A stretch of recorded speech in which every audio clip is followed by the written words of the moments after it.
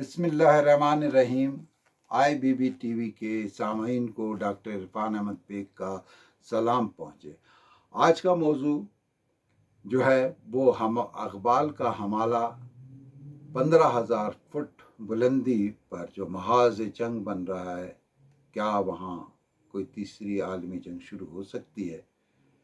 इससे पहले कि मैं आपको मज़ीद बताऊं, हम अल्लामा इक़बाल की बहुत मशहूर नज़्म जो उन्होंने सिर्फ 25 साल की उम्र में लिखी थी और आज तक ऐसी अजीम नज़्म नहीं लिखी गई, नज़्म हमाला के चंद बंद सुनाता हूँ। ऐ हमाला ऐ फसीले किश्वर हिंदुस्तान, चूमता है तेरी पेशानी को झुक के आसमां, तुझ में कुछ पैदा नहीं तीराने रोज़ी के निशान, तू जवां है गर्दिश शामो सहर के दरमियाँ, एक जलवा था कली में तू सीना के लिए, तू तजल्ली है सरापा चश्मे बीना के लिए, अब्र हाथों में रवा रा के वास्ते ताजियाना दे दिया बरक़े सहर को सार रे। ऐ हमाला कोई बाजी का है तू भी जिसे दस्त कुदरत ने बनाया है अनासिर के लिए, हाय क्या फरते तलब में झूमता जाता है अब्र, फील बेजंजीर की सूरत उड़ा जाता है अब्र। ऐ हमाला दास्तां उस वक्त की कोई सुना, मस्कने आबाए इंसान जब पना दामन तेरा, कुछ बता दे उस सीधी सादी जिंदगी का माजरा, दाग जिस पर गाज़ाए रंगे तकल्लुफ का न था, हाँ दिखा दे ऐ तसव्वुर फिर वो सुबह शाम तू, दौड़ पीछे की तरफ ऐ गर्दिशे अय्याम तू। अल्लामा इक़बाल की ये नज़्म के चंद बंद आपने सुने। अल्लामा इक़बाल उस वक्त से इस अजीम पहाड़ की अज़मत के साथ साथ इसकी अहमियत व अफादियत से वाकिफ़ थे। 1856 में यहाँ पर अंग्रेज बरतानवी जिसके नाम पर एवरेस्ट चोटी रखी गई, उसने सर्वे टीम के साथ इस पूरे इलाके का सर्वे किया था और यहाँ पर ये जो है पहाड़ ये तकरीबन 2400 किलोमीटर पर है।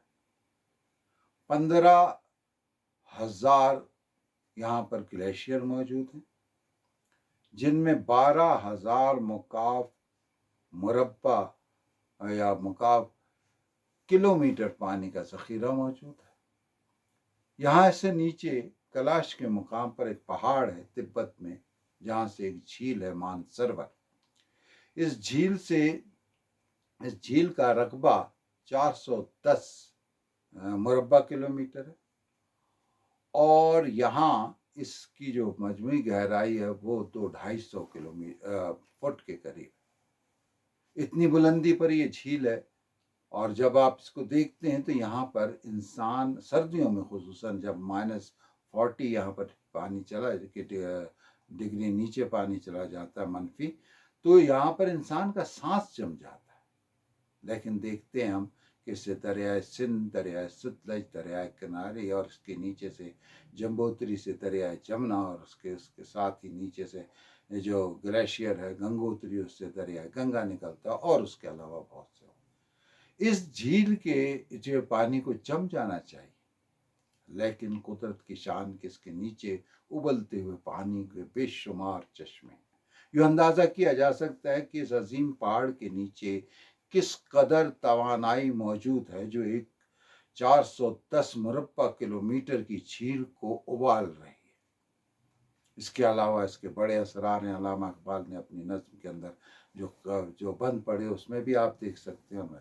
आज ये पूरा इलाका तिब्बत से लेकर हमारे लद्दाख और फिर हमारे गिलगित बल्तिस्तान और इर्द गिर्द ये पूरा का पूरा एक पूरी दुनिया की बड़ी क़ुव्वतों के दरमियान एक मरकज़ बना हुआ है और जहाँ पर हिंदुस्तान और चीन जो है कश्मीर और ये लद्दाख और इस इलाके में खड़े हैं। दूसरी तरफ पाकिस्तान इसके ऊपर 1947-48 से अपना एक मौक़िफ़ रखता है और यहाँ पर ये तनाज़ा जो बढ़ रहा है और इस तनाव में जो इजाफ़ा हो रहा है, وہ کسی تیسری عالمی جنگ کا پیش خیمہ ہو سکتا ہے۔ سامعین، اسی طرح کی ایک ویڈیو میں نے پہلے آپ کو بتایا تھا کہ برطانیہ کی فوج کے کمانڈر ان چیف نے پہلے ہی کہا تھا کہ اس امکان کو رد نہیں کیا جا سکتا۔ سوچنے کی بات ہے، ہمیں اگر علاقائی سطح پر چین، بھارت اور پاکستان خود سوچیں تو یہ پہاڑ ہمارا ہے، ہم تینوں کا ہے، اور یہاں پر امن قائم ہو جائے، اور جو یہاں کی عوام چاہتی ہے جیسے کشمیر کا فیصلہ کشمیری عوام کے مطابق ہو جائے، اور جو دعویٰ حقیقت کی بنیاد پر ہے، کیونکہ یہاں پر اس کے دامن میں یا تو مسلمان آباد ہیں یا اکثریت جو ہے وہ بدھ مت کی آباد ہے۔ تو سامعین، یہ سوچنے کا ایک مرحلہ ہے ان بڑی قوتوں کے لیے بھی اور ہمیں اپنی تیاری کے لیے بھی ہے۔